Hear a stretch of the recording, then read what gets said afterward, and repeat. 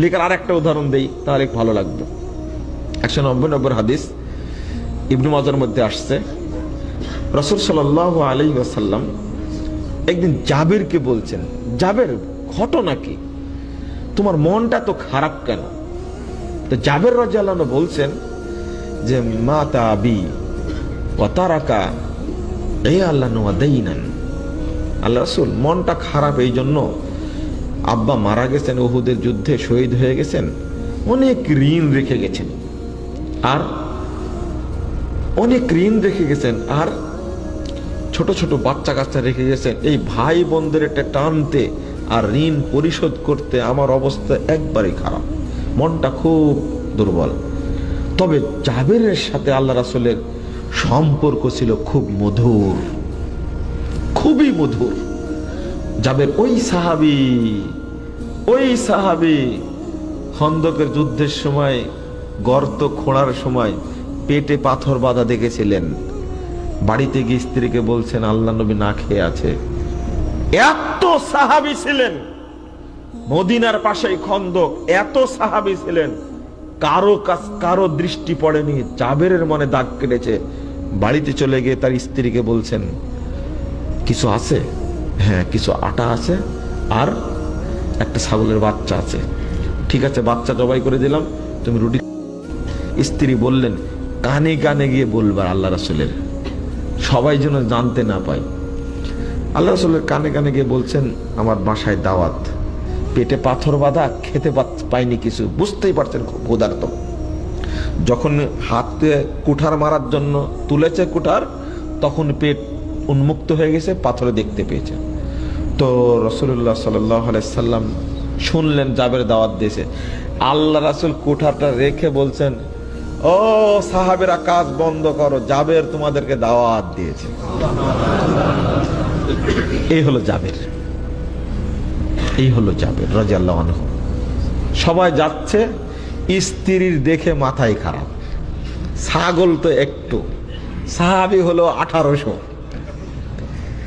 একটু আটা, কলাত কাদা ওয়া কাদা। জাবেরকে দেখে তার স্ত্রী খেপে গেছে যে এই তোমাকে কি বললাম, করছোটা কি? আমি কিছু বলতে পারবো না, আমি আল্লাহ রাসূলকে কানে কানেই বলেছি, কিন্তু এলান করেছে আল্লাহ রাসূল, দায়িত্ব আমার না। জাবেরের মুখ দেখে চিনতে পেরেছেন। রাসূল সাল্লাল্লাহু আলাইহি ওয়াসাল্লাম বললেন জাবের, তুমি রুটি বানাতে বলো, আর বাটিতে গোশত তুলতে থাকো, যতক্ষণ না ফুরাই ততক্ষণ তুলতে থাকো। আলহামদুলিল্লাহ, আলহামদুলিল্লাহ। জাবেরের বাড়িতে দাওয়াত খেতে গেছেন 1700-1800 সাহাবী একসঙ্গে, একটা ছোট্ট ছাগল আর কয়েকটা রুটি বানাতে থাকলেন আর দিতে থাকলেন, রুটি বানাতে থাকলেন দিতে থাকলেন। 1800-1700 সাহাবী পেট পূর্তি করে খেয়ে শেষ করে দিলেন। যতটুকু রুটি আর যতটুকু ছাগলের গোশত অতটুকুই থেকে গেল। এই হলো জাবের, মস্কারা করতেন। দেখেন প্রিয় মানুষ কারা, এত প্রিয় ছিলেন আল্লাহ রাসূলের কাছে, এত প্রিয় ছিলেন জাবের। আপনারা কি প্রিয় হতে পারেন না? আমার যেন আক্ষেপ লাগে। কি চমৎকার সম্পর্ক জাবেরের সাথে, আশ্চর্য। যুদ্ধে যাচ্ছেন, দরিদ্র মানুষ, উটটা খুব দুর্বল। তো বলছে কি ব্যাপার জাবের, ঘটনা কি? সবার পিছনে যে কথা আয়া, আল্লাহ রাসূল আমার উটটা খুব বুড়া হয়ে গেছে, তো এই জন্য জোরে যেতে পারছে না। আল্লাহ রাসূল দিলেন এক খুসা। উটকে খুসা দেওয়ার কারণে এই বুড়া উট, দুর্বল উট এত তেজি হয়ে গেল কাফেলার সবার আগে। বলছেন যে উটটা বিক্রি করবো না?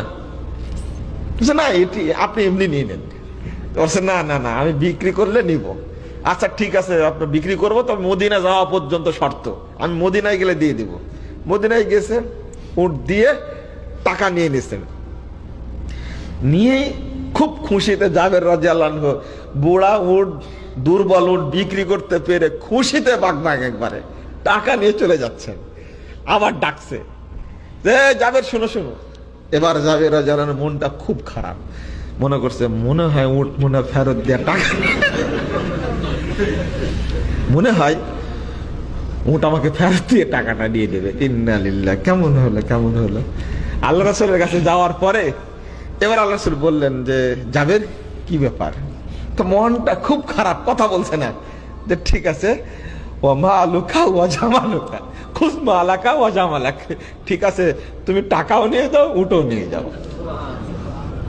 কি সম্পর্ক থাকলে এমনটা হতে পারে? জাবের বিয়ে করছো? করেছি। তো কি কুমারী মেয়েকে না বিধবাকে? তো বিধবা মেয়েকে বিয়ে করেছে। তখন আল্লাহ রাসূল বলছেন যে তুলাইবুহা ওয়া তুলাইবুক, তুমি কুমারী মেয়েকে বিয়ে করতে, তুমি ওর সাথে খেলতে, ও তোমার সাথে খেলতো। জাবের এমন একটা জবাব দিয়ে দিলেন, আসলে আমিও কথা বলতে বলে বারবার জাবের বলছি, জাবের রাদিয়াল্লাহু আনহু বলা উচিত। মানে আমার কথাটা মানে এত আন্তরিকতার সাথে বের হচ্ছে, মনে হচ্ছে যে এ খুব স্বাভাবিক, খুব দামি সাহাবী একজন।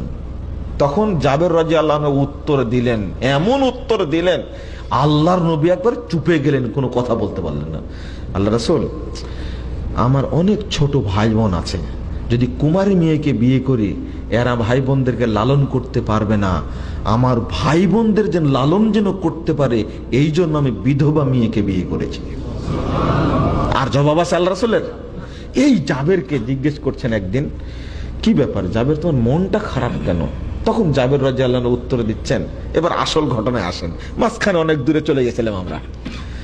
তো বলছে আল্লাহ রাসূল, অনেক ঋণ রেখে গেছে, আর ছোট ছোট বাচ্চা কাচ্চা রেখে গেছে, এদের খেতে দিব না, ঋণ পরিশোধ করবো এই নিয়ে।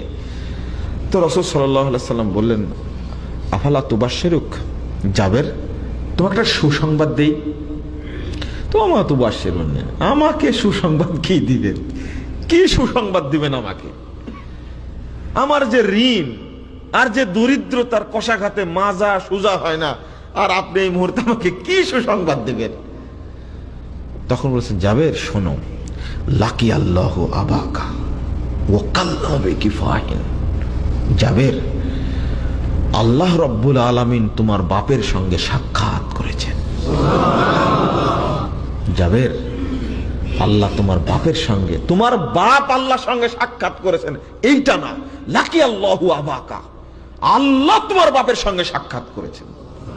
ভাষাটা বুঝবেন, তোমার বাপ আল্লাহর সঙ্গে সাক্ষাৎ করেছেন, এইটা বেশি গুরুত্বপূর্ণ না আল্লাহ তোমার বাপের সাথে সাক্ষাৎ করেছেন? এটা গুরুত্বপূর্ণ।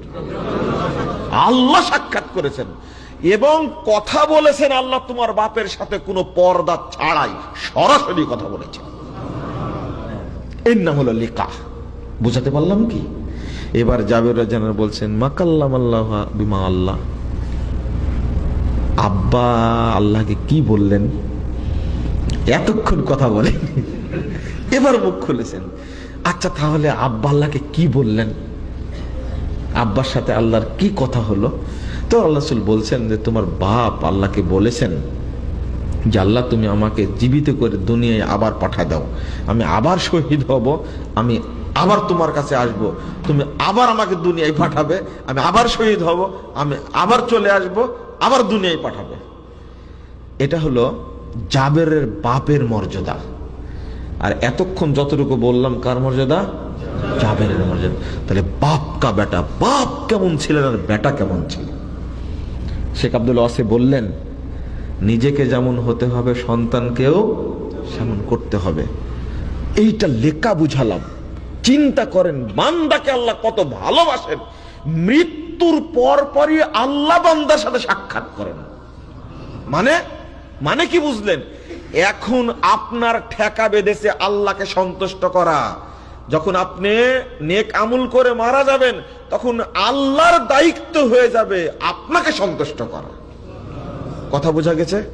রাদিয়াল্লাহু আনহুম ওয়া রাদু আন, আল্লাহু আকবার। এই আয়াতটা মনে রাখে, রাদিয়াল্লাহু আনহুম ওয়া রাদু আন, আল্লাহু আকবার। এইটাই সন্তুষ্টি, এটা লেখা। তো দুইটা সাইড, ছোট দুইটা কাজ করলে লেখা পাওয়া যাবে, সাক্ষাৎ পাওয়া যাবে। একটা কি বললাম? একটা বললাম আমলে সলে, আর আরেকটা হলো ইখলাস, ইখলাস ফিল্লাহ। আপনারা এই বক্তব্য শুনেছেন, অনেক বক্তব্য শুনেছেন তাওহীদের উপরে, আমি ওইটা বলতে গেলাম না। আমি আমলে সলের কয়েকটা দৃষ্টান্ত বলবো ইনশাআল্লাহ।